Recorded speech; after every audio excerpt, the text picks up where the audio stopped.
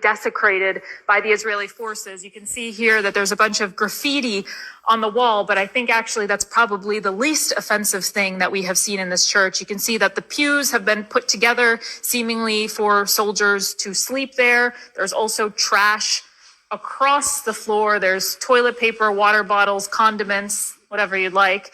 But I think one of the most offensive things that we have found in this church is the desecration of religious figurines. So this would have been Jesus. His head is cut off there. Residents tell me that that looks intentional, not part of an explosion or any fighting that may have taken place in this village. You can see here that the rest of the church also seems to have been used by the forces, the Israeli forces, for personal use, pillows, blankets, all in here. And again, just the entire church has been trashed. There's so much soil in it. A lot of it has also been burned. You can see how black these walls are. This kitchen, also belonging to the church, seems to have been used. You can see beans and coffee and whatnot.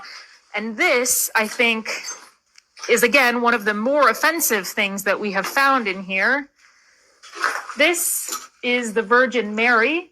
Her face seems to have been cut off. You can also see baby Jesus over there, his arm cut off. And actually, the state of this church, it's unique, but the entire town, and this is a very small town, there are only some 8 families living here.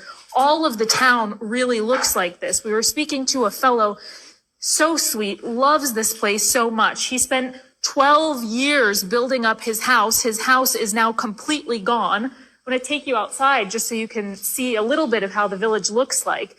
But I will also tell you that for residents of this village, the most horrifying part isn't even necessarily the state that the village has been left in, but also the fact that the Israelis still remain on that hilltop. That is one of the 5 military positions that the Israelis are remaining in violation of the ceasefire agreement and in what constitutes an ongoing occupation of